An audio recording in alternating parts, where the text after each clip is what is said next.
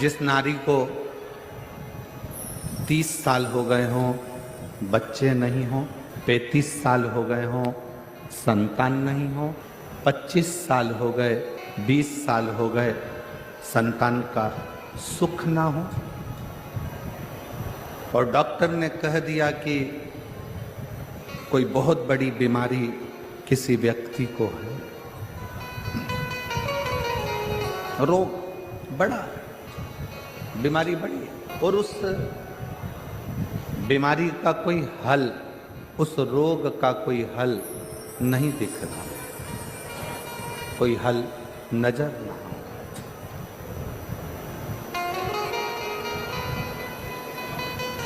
कोई हल दिख ना रहा। तो बैसाख महीने में शिव सप्त तीर्थ का एक अनुष्ठान अपने जीवन में जरूर करें। मट्टी के पात्र में जल भरना, और मट्टी के पात्र में जल भरकर प्रतिदिन रोज 7 दिन का ये नियम होता है सप्ततीर्थ। बस विराम जो है उसका प्रदोष के दिन होना चाहिए, और बैसाख के महीने में जब आप सप्ततीर्थ का अनुष्ठान करें, 1 घड़ा जल का रोज भरें प्रतिदिन, और 1 बेलपत्र, 1 शमी पत्र उस घड़े के नजदीक में कोई पात्र में अवश्य रखें। पात्र को, जो जल का घड़ा है, जल का पात्र है, उसको मट्टी के ही दीप से या कोई श्वेत वस्त्र जिसको मला गया हो, धोया गया हो, साफ हो, उस वस्त्र से ढक दें। एक दिन एक शिवालय में जाएं, शमी पत्र अशोक सुंदरी वाली जगह पर समर्पित करें। अशोक सुंदरी की जगह जानते हो ना आप लोग? अशोक सुंदरी की जगह पर शमी पत्र समर्पित करें। बेलपत्र, जहां आप खड़े हैं वहां डंडी का भाग आपकी ओर हो, और बेलपत्र शिव जी को समर्पित करा जाए। फिर जो मट्टी के पात्र में जल है, वो भगवान शंकर को अपनी कामना कर कर शिव जी को समर्पित कर दो। संतान के लिए कर रहे हो तो वहीं से जल को एक कटोरी में, एक पात्र में झेल लीजिए। उस जल का आधा भाग नंदी के पास बैठकर आप ग्रहण कर लो, आधा भाग अपने पति को देना प्रारंभ कर दो।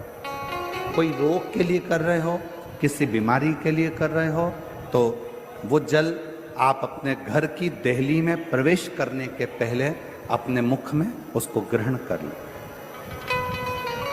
एक दिन में एक शिवालय, दूसरे दिन दूसरा शिवालय, तीसरे दिन तीसरा शिवालय।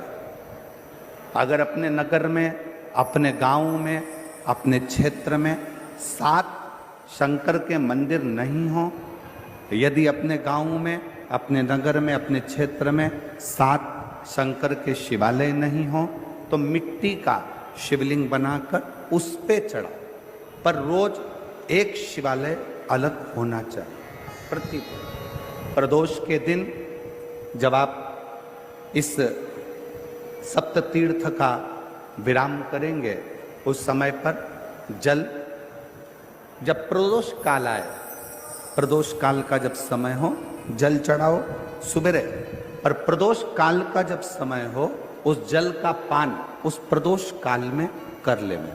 प्रदोष को, जो प्रदोष काल में उस जल को शंकर का पंचाक्षर मंत्र नमः शिवाय, षडाक्षर मंत्र ओम नमः शिवाय या श्री शिवाय नमस्तुभ्यम बोलकर प्रदोष काल में उस जल का पान कर लें। बाबा को प्रार्थना करें, शिव से विनय करें। ये नियम केवल बैसाख के महीने में होता है, इसको बाकी के महीने में नहीं किया जाता है। इसको बाकी के महीने में नहीं करते, केवल बैसाख।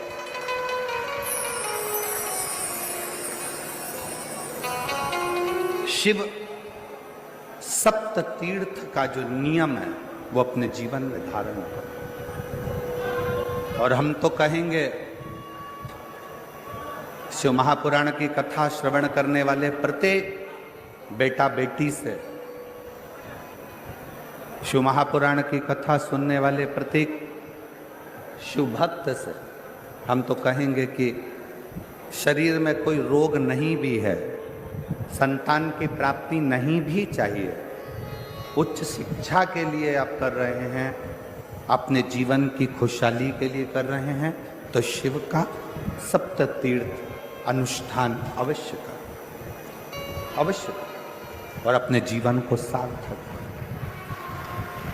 धन्यवाद।